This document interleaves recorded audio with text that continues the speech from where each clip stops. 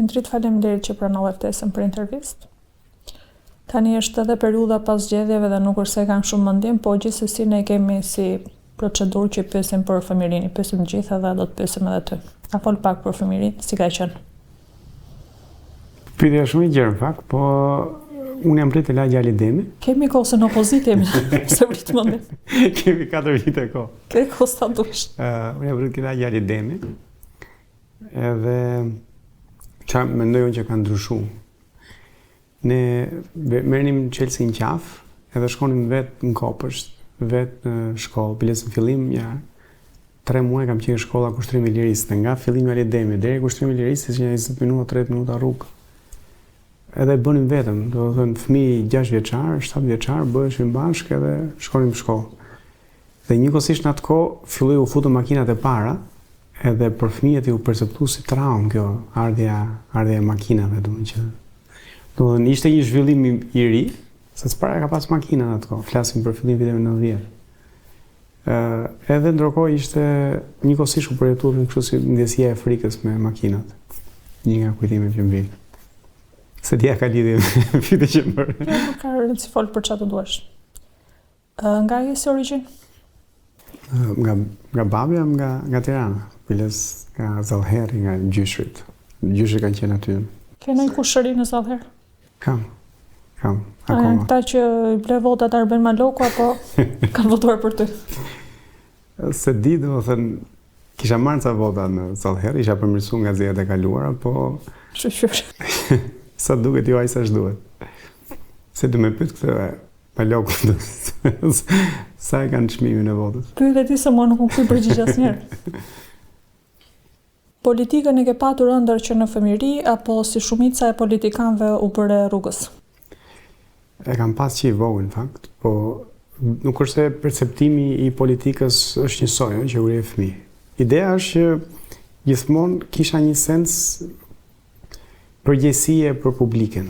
Pra, le të themi, kishim problem në shkollë, unë nuk është se tërhiqesha, si ndodh shpesh me fëmijët. Flisja, kam qenë senator në klasë, që në klasë 6, protestoja, zjesha me drejtorin e shkollës. E parë nga pikpamja e të menduarit publike, e kam pas që herë. Para pak ditësh pash një video tuajën me të fejuarën, Livia, që ta bëj. Ishte një vajzë shumë simpatike për hir të së vërtetës. Po të komplimentoj. Faleminderit. A je xheloz? Që Livia është e bukur. Xheloz për Livia në përgjithësi? Jo, nuk jam xheloz, po nuk është se kam si natyrë. Po është interesant se xhelozia është ndjesi, është pasiguri në thelb. Pra është sa që është dashuri për një person, është edhe pasiguri. Po është dhe dinamik, është dinamik në çift, po nuk jam. Shqiptarët marrin gomonet për t'ikur në Angli. Ti le Anglin për t'u kthyer në Shqipëri. Ke studiuar në Oxford, me sa di. Edhe të lesh Oxfordin për të ardhur këtu për të synuar të bërë koleg me Zegjinen, duket pak e habitshme, po.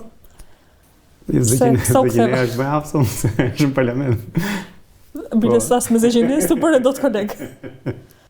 Aspirata është që tulem në krah Zegjines. Shiko, nuk është se e lash Oxfordin, më mbarova Oxfordin. Edhe ideja ishte o do punoja në Londër, o do vija të punoja në Shqipëri. Emocionalisht unë jam i lidhur me Shqipërinë, se këtu kam familjen, është vendi im. Atje do gjesh një punë, por nuk është vendi jot. Kështu që ka qenë krejt natyrshme kthimi në shtëpi. Siç është edhe shpesh presioni që do të më ik prapë, do të thonë që ç'a bën këtu, a është kjo më e mira e mundshme e tjerë. Do të thënë mos gënjej, është një presion që në shoqërinë tonë e prodhojmë shpesh. E prodhojmë shpesh sepse e para njerëzit zhgënjehen me mënyrën se menaxhohet shoqëria dhe e dyta është kjo ndjesia e çfarë është rëndësishme në jetë. Dhe nëse rëndësishme në jetë është të kesh një punë më të mirë ose të kesh të ardhurat më të mira, normalisht në Shqipëri nuk i gjen dot, paktën jo me punë ndershme. Por nëse është gjendja emocionale, në Shqipëri jetohet më mirë. Se këtu ke miqtë tu, është gjuha jote, nuk dihesh i huaj, nuk ke nevojë të rinovosh letrat, është vendi jot. Plus pastaj klima, do të thënë imagjinon dot të jetosh siç është dita sot për shkak me shi, ose gjysmë shi, gjysmë diell, të jetosh çdo ditë kështu në verë, dimër. Tani, unë kërkova kafen, po ju ma keni bërë me sheqer. Unë se pi dot me sheqer me këtë rezultat veç të hidhur e dua helm fare, edhe ndoshta nuk do e pi fare, po gjithsesi unë erdha që të të pyes për rezultatin e zgjedhjeve. A i kënaqur me rezultatin e 11 majit? Tani, do gënjeja po thoya që jam i kënaqur. Pa dyshim që ne nuk e kemi dalë për të vënë këmbën ke dera. Ky është gjithë thelbi. Pra nuk ka rëndësi sa do merrnim ne mandate, por nëse ne do ja dilnim që Rama mos kishte 7 mandate, ta vendosim këmbën ke dera, do kishim pas sukses. Ne nuk ja dolëm. Jemi shumë larg këtij objektivi. Thënë kjo, ka një zhvillim pozitiv. Pra kemi marrë 7.000 vota, që është një rezultat jashtëzakonshëm për një forcë të re, dhe është thyrë miti që forcat e reja nuk hyjnë në parlament. Sot ne, Lëvizja Bashkë, Mundësia, do jemi në parlament që në vetvete është një zhvillim pozitiv. Nuk ka ndodhur paktën 20 vjetët e fundit. Të gjithë ata që kanë tentuar nuk e kanë çarë dot, nuk kanë shkuar dot për te, që të hyjnë në parlament dhe ta çojnë zërin e vet në parlament. Këto 70.000 vota keni marrë bashkë me Adriatik Lape. Shiko, as ne dy jo, e kanë marrë gjithë kandidatët, sepse ne ishim me listat hapura, që do thotë secili ka marrë votat e veta. Pra totali i votave për subjektet, për koalicionin dhe për kandidatët do shkojë rreth 70.000.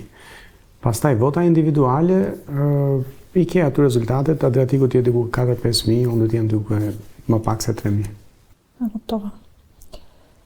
Ju e keni kritikuar kodin zgjedhor. Pse u futët në zgjedhje kur Tom Doshi me më pak vota merr më shumë mandate se ju? Se s'kishim alternativë tjetër. Pra, o do përpiqesh ta ndryshosh, o do ta komentosh. Edhe ne kemi komentuar boll, tani kisha ardhur koha për ta ndryshuar. Tani, a është e lehtë? Nuk është. A është rrugë e shkurtër? Nuk është. Unë shpresova që do ja kishim dalë shumë më shpejt, nësa duket është rrugë që do na marrë më shumë kohë, po të paktën kjo tregon me prova që reforma e sistemit zgjedhor është reformë për demokraci. Se janë lënë 70.000 njerëz me një përfaqësues, ndërkohë që 9.000 votues PS-s kanë një përfaqësues. Pra, për PS-n, i njëjti numër votash, i njëjti numër qytetarësh ka 7 mandate. Në rastin ton, 70.000 votues kanë një përfaqësues. A do e prishni koalicionin me Adriatik Lape për shkak se ai ka marrë më shumë vota në aspektin personal edhe ndoshta për motive xhelozie? Thjesht dash nuk jam xheloz. Po padyshim që do punoj që në zgjedhjet e ardhshme të kem më shumë vota personale. Si pedagog që je, me çfarë note vlerëson koalicionin me Adriatikun? 7. Adriatik Lape ka deklaruar se do lërë mandatin nëse merr vetëm një mandat. A mendon se do e mbaj fjalën? Se di, është pyetje për Adriatikun. Nuk kam habet, po është pyetje. A do i kërkosh ti vetë që ta lërë mandatin? Jo, sepse është angazhim personal i tij. Edhe unë nuk i ndërhyj njerëzve që angazhime personale. Po parimi ka qenë ky. Votat që merr secili e rendisin pra, gara është e hapur. Kush merr më shumë vota personale, renditet i pari. Dhe Adriatiku ka marrë më shumë vota personale se të tjerët. A mendon se Adriatik Lape mund të jetë lider i ardhshëm i Shqipërisë? Po pse jo? Jo vetëm Adriatiku, ka shumë të rinj që mund të jenë lider të ardhshëm. Kur besuam tek Luli si lider, pse mos besojmë te Adriatiku, thamun? Shiko, unë besoj që ne nuk duhet të planifikojmë 20 vjet të ardhshme ke një njeri. Se kjo na ka ndodhur. Pra në 35 vjet e kanë qeverisë vetëm 3 vet. Unë shpresoj që 30 vjet të ardhshme ta qeverisin 30. Pa sa më shumë të ndryshohen, dhe sa më shpesh të ndryshohen liderët, aq më mirë është për Shqipërinë. Nuk është se Edi Ramën e kam projektuar unë si lider, po fakti është që po qëndron 4 mandate. Po qëndron fatkeqësisht për fajt forcave opozitare. Kur them forca opozitare, e kam fjalën për rezistencën në shoqëri. Jo vetëm për partitë, por strukturave në shoqëri. Do të thënë Edi Ramës nuk i del përballë jo vetëm partitë politike, as mediat, as shoqëria civile, as akademikët, as grupimet tjera shoqërore që do duhet ti rezistonin, nuk po i rezistojnë. Kështu që nuk është një merit e tij, se sa është faji jonë. Sa ishin shpenzimet tuaja gjatë kësaj fushate?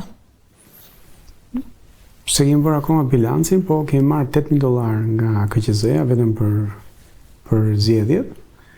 Kemi angazhuar një pjesë të buxhetit që na jep KQZ-ja vjetor dhe shpenzime personale që ne kemi bërë. Kjo është për sa i përket nismës, pra nismës turje. Pastaj Shqipëria bëhet ka pas sa shpenzime të vera. Pas ke bërë si Gjirokastrit? Lërë mos nga ana e mames jam nga Gjirokastri, jemi goxha të kujtesëm. Plus dhe pano Gjirokastrit puro, kështu që. E ke pyetur ndonjëherë Adriatik Lapaj se ku i ka gjetur parat për takimet që ka zhvilluar, sepse takimet që ka bërë ai sidomos diaspor kanë goxha shpenzime? Nuk e kam pyet, por kam qenë vetë në një nga këto takime në Londër, edhe e kam parë që kishte shumë shqiptarë që ishin atje që ishin gatshëm të mbulonin shpenzimet. Dikush sallën, dikush njerëzit, dikush sillte ujin. Pra nuk është e pamundur që një pjesë e shpenzimeve të jetë mbuluar nga. Ta dija unë që të mbështesni kështu financiarisht kisha hapur parti, nuk merresha me emision fare. Ta kisha ditë dhe unë do ta kisha nisur më herë në diasporë. E ja që aty eci. A mund të më thuash 3 betejë në politikë që i keni fituar si nisma thurje? Një betejë ka qenë në Spakun. Pra betejë për të prerë fijet që vitin lekë të ilaçeve, që ishte për aferën e sterilizimit, të cilat përfundoi me arrestimin e Ilir Beqajt, edhe me ngritjen e akuzës për grup strukturuar kriminal. Këtë e kemi fituar.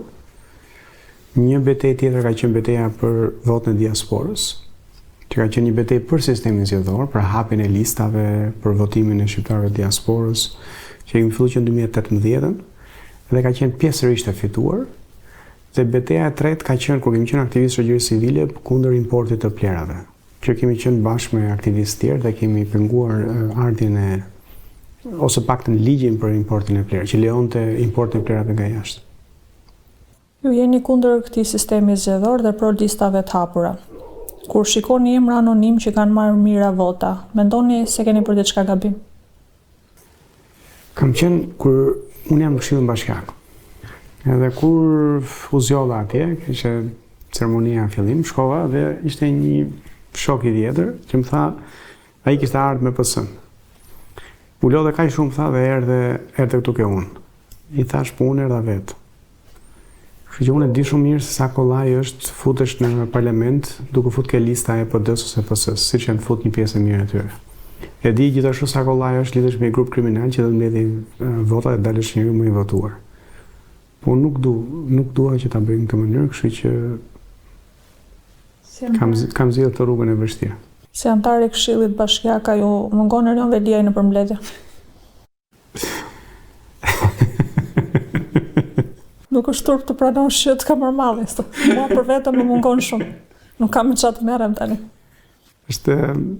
Më erdhi keq kur e pash herën e fundit se duke i marrum komplet, do të thënë. Ishte po u zoom për stadiumin Dinamo.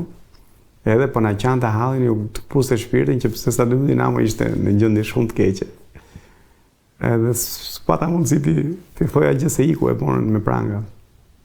Kështu kemi pishman. Si denoncues si aferës inceneratorëve, pse nuk ju bashkuat asnjë proteste të opozitës para bashkisë? Me opozitën që është edhe në Këshill Bashkiak, unë kam bashkëpunu me Ilir Ali Mehmetin dhe me ata të tjerë që janë aty. Pikërisht për inceneratorët kemi ndërmarrë nismat përbashkëta për seanca, interpelancë me kryetarën e bashkisë për inceneratorët. Kemi votuar gjithmonë kundër bashkë, kundër buxhetit për të rritur buxhetin për inceneratorët. Pra kam bashkëpunuar me opozitën, përfshi deputetët ose përfaqësuesit e PD-s në Këshill Bashkiak, për të gjitha çështjet përfshi për këtë. Për protestën nuk ka qenë modeli im ai, kështu që. Me mandatin e 4 të Edi Ramës, apo i afrohemi një republike presidenciale, apo ngjan shumë si monarki, çfarë të ngjan më shumë? Po thuaj se gjithë bloku lindor kanë mbetur në republika gjysmë presidenciale. Edhe këtu kështu bën fillim, Berisha ishte president me fuqi të plot. Përpjekja me kushtetutën ishte për ta zbehur rolin e një kreu të ekzekutivit. Rama e ka bërë prap tani, megjithse nuk e ka këto fuqi që nuk i burojnë domosdoshmërisht nga ligji, por i burojnë nga përqendrimi i pushtetit. Kështu që ne jemi pak a shumë regjim hibrid. A mendon që parlamenti do i mungoj Lulzim Basha?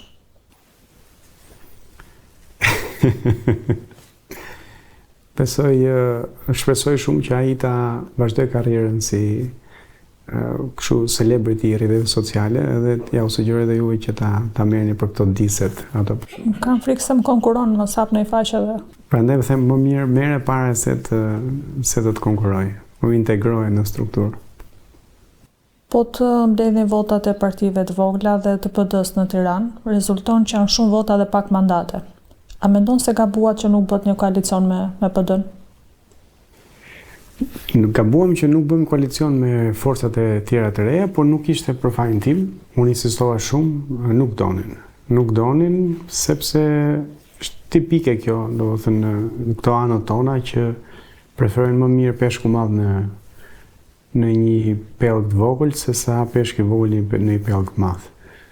Kurse me Sali Berisha nuk ndaj dot asgjë, kështu që nuk ka qenë një opsion që e kam menduar, nuk është një opsion që mendoj dhe shpresoj shumë që Zotit më ruaj mend e kokës e mos ta mendoj as në tani. Përfshi kjo me Berishën dhe me Ramën. Besian Pesha ka qenë tenis mathurje. Pse ka ikur? Besiani ka qenë ke shoqata, ka pas organizuar dhe drejtuar shoqatën Nis Mathurje, më pas për arsye personale nuk e vazhdoi angazhimin që ne patëm për partinë, ndihmoi në zgjedhjet e 2021-shit, edhe pastaj vazhdoi me projektet e veta. Kam ngelur unë me Panon edhe të tjerë. Po kanë ikë edhe shumë të tjerë që kanë qenë në fillim. Mos ndoshta ka qenë i paragjykuar për faktin se dikur ka qenë më lësi?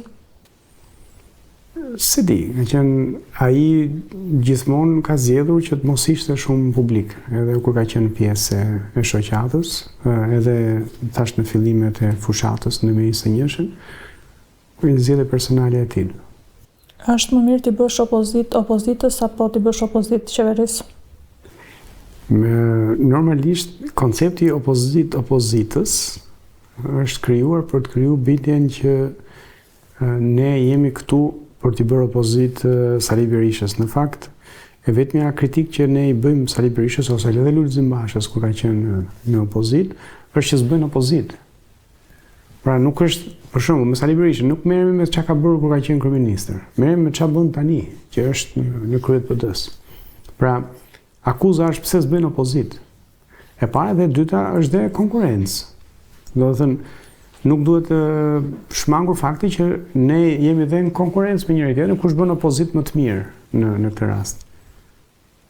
Çfarë mendon për oligarkët? Kush nga ata ka ndikim më të madh në politikë? Të gjithë. Do të thënë Zamir Mane është i pari, sepse duket më i strukturuar dhe ka arritur që për shembull janë sipas Transparency International janë 10 ligje që janë shkruar në zyrat e oligarkëve dhe jam i bindur disa për këtyre janë shkruar ke zyra Zamir Manes. Spaku na tha që ai shkëmbente me një vil, shkëmbente një ligj për kromin. Po Çet Kastrati gjithashtu, se ka monopolin e naftës, ka aeroportin, ka portin. Kështu që këta janë njerëz të cilët nëse do të ishin vërtet oligark, në kuptimin që do ishin shkëputur nga qeveria, ata mund ta falimentonin qeverinë nesërmëngjes. Mund të bllokonin portet, mund të bllokonin aeroportet, mund të bllokonin importin e naftës, edhe ne të kalonim në një krizë apo grush shteti. Kjo është arsye pse unë besoj që ata janë më shumë ortak të Edi Ramës se sa oligark në kuptimin e mirëfill të fjalës. Pra, këta vjedhin bashkë. Njëri ka këmbën në shtet, tjetri ka këmbën privat, edhe qarkullojnë lekët tona, qarkullojnë me njëri tjetrin. Nuk janë biznesmen të mirëfillt, të cilët dal nga dalë fillojnë dhe kanë peshë politike. Pyetja është a ndodhi nesër kur Tiki Rama. Pra kur Tiki Rama këta do jenë ortak apo do jenë realisht pronar të llokmave të pushtetit që kanë marrë. Edhe atëherë ndoshta do duhet parë pse si është dinamika e shtetit përballë atyre. Po ata janë realisht një rrezik kombëtar. Thash përmenda dy, po i ketë gjithë me Vilma, me të gjithë me radhë, do të thënë se cili ka kap nga një sektor të ndryshëm, njëri shëndetësinë, tjetri ushqime, tjetri rrugët, tjetri naftën, kromin. Edhe ata në vetvete, se po flas shumë gjatë për këtë temë, po ata në vetvete janë treguesit llojit ekonomisë që kemi. Pra, në vende si demokratike me treg të lirë, më të pasurit janë ata që i kanë dhënë gjë shoqërisë. Në sisteme ekonomike si ky yni, më të pasurit janë ata që kanë pronar të burimeve natyrore. Me Gjergj Lucën ke pasur ca replika në distancë. Si të duket Gjergj Luca, më shumë si Açuge apo si peshkaqen? Si Açuge që mendon se është peshkaqen. Ke parasysh ka qenë një fabulë e La Fontaine't me Bret Kocën. Që Bret Koca ofri gjersa plasi. Në këto zgjedhje, me çfarë note e vlerëson median? Ndoshta 2, me që thjesht ka vazhduar të transmetoj kasetat e bëra gati. Si e shpjegon faktin që një persona që mediatizuar si Panosoko nuk arrin të marrë shumë vota? Ndërkohë që Sara Mila kishte rreth 20.000 vota, e cila tha këtë sukses ja dedikoi stafit edhe fushatës time kreative. Pikërisht, Panosoko nuk ka pas një staf aq kreativ sa Sara Mila. Më vjen shumë keq për Pano që nuk e keni mundësuar një staf kaq kreativ. Tani, në fund të intervistës do na thuash një fjalë ose 2 fjalë për këta persona. A këta që do më përmendesh? Këta që do të përmend ti do ta shoqërosh me një fjalë mbrapa. Okay. Edi Rama. Diktator. Sali Berisha. A mund të përmend një tjetër fjalë apo? Po thash ta ndroshi çik se ti di që unë kam pak qef Sali Berisha. Nuk do më vi mirë. Autokrat, duket më mirë. Duket pak më e butë. Tom Doshi. Unë nuk e di pse mendoj fjalën tumor. Pa e kishte edhe një Pikërisht. program për Pikërisht. Na duhet edhe një program për atë. Agron Shehaj. Si përmarrës. Adriatik Lape. Ndrymtar. Arlen Qore. Dogmatik. Unë mundesh të bëj gjithë një intervistë për të kuptuar që nuk e ke Endri, si Endri Meksi, po ke Endrit. Endriti. Po. Edhe shpresojmë ta kemi ndritur këtë intervistë. Unë uroj shumë, po të shohim. Faleminderit. Faleminderit.